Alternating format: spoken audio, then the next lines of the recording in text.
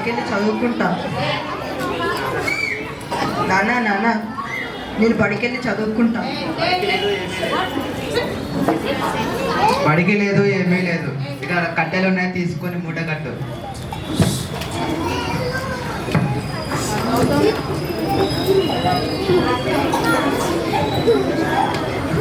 Post post post.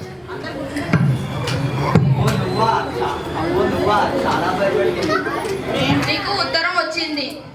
ఏముంది ఉత్తరంలో? నాకు చదువు రాదు, ఏమీ రాదు. ఈ ఉత్తరం ఎవరైనా చదువుతారా? అక్కడి నుండి వ్యక్తి టిప్ టాప్ గా తయారు అయ్యి వస్తున్నాడు. అయ్యా అయ్యా కొంచెం ఈ ఉత్తరం చదవండి అయ్యా. ఏముందయ్యా అందులో? లేదు లేదయ్యా, నువ్వే చదువు. చదవడానికి రాదు, ఈ నెల వల్ల మేనేజ్ చేయాలి. అయ్యా నేను చదువుకుని ఇంగ్లీష్ మీడియం, నాకు తెలుగు చదవడం కాదు, వేరే చదివి. అబ్బో, అబ్బాయి చూస్తే దిట్టంగానే ఉన్నాడు కానీ తెలుగు రాదంట. ఇంకెవరైనా వస్తారేమో చూద్దాం.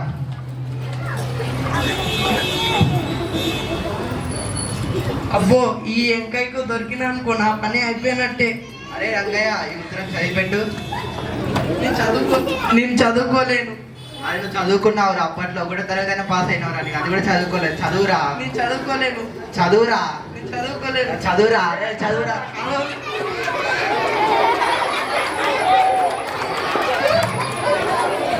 ఇంకెవరైనా వస్తారేమో చూద్దాం. అక్కడి నుండి వ్యక్తి టిక్ టాప్ గా తయారు అయ్యి వస్తున్నాడు, టక్కు వేసుకొని బొట్లు వేసుకొని. అయ్యా అయ్యా ఈ ఉత్తరం చదివి పెట్టండి అయ్యా. చదువుతాను. ఏముందయ్యా అందులో? చదువు.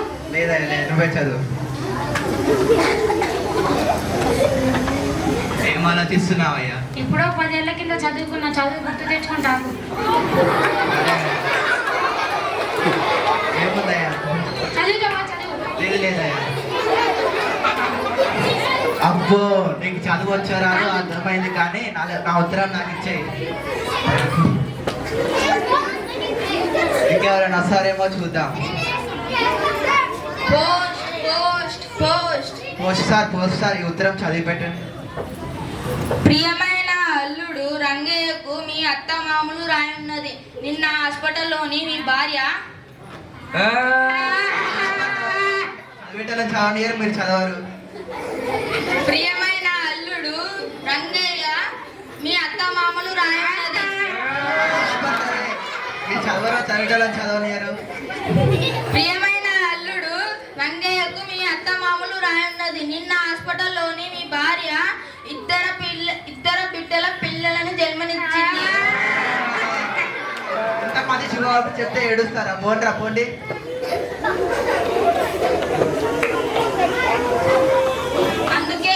అందుకే రంగయ్య చదువుకోవాలి. నీ యొక్క కొడుకుని చదివి వాడైనా బాగుపడతాడు. సరే సార్.